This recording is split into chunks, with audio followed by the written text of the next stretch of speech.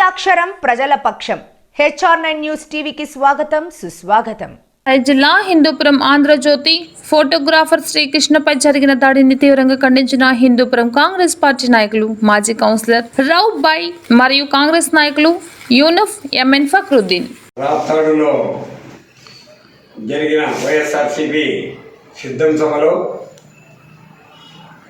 ఆంధ్రజ్యోతి విలేకరి రామకృష్ణపై వైఎస్ఆర్సీపీ కార్యకర్తలు జరిపిన దాడిని చాలా అమానుషంగా ఉందని ఖండిస్తున్నాం.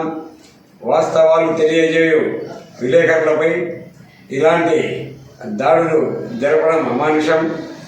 తదుపరి ఇప్పుడు కూడా విలేకరులపై ఇలాంటి దాడులు చేయకూడదు.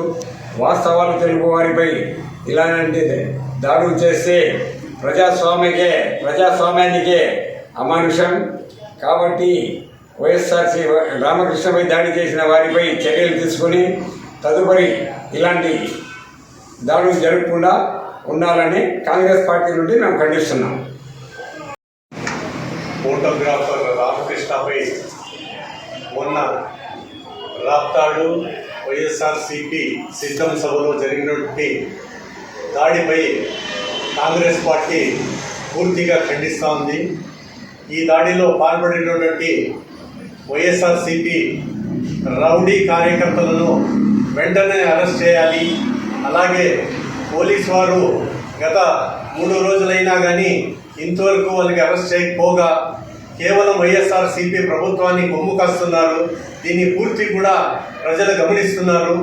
అదేవిధంగా దీని వెనకలున్నటువంటి వైసీపీ నాయకులు, జిల్లా మంత్రులు వీరు కూడా మన ముఖ్యమంత్రి సీఎం జగన్మోహన్ రెడ్డి కూడా ఈ యొక్క దాడిని ఖండిస్తూ ఆయన విలేకరులకు మరియు ఈ యొక్క ప్రజాస్వామ్యబద్ధంగా రాస్తున్నటువంటి పత్రికా విలేకరులకు క్షమాపణలు చెప్పాల్సిందిగా కాంగ్రెస్ పార్టీ డిమాండ్ చేస్తుంది.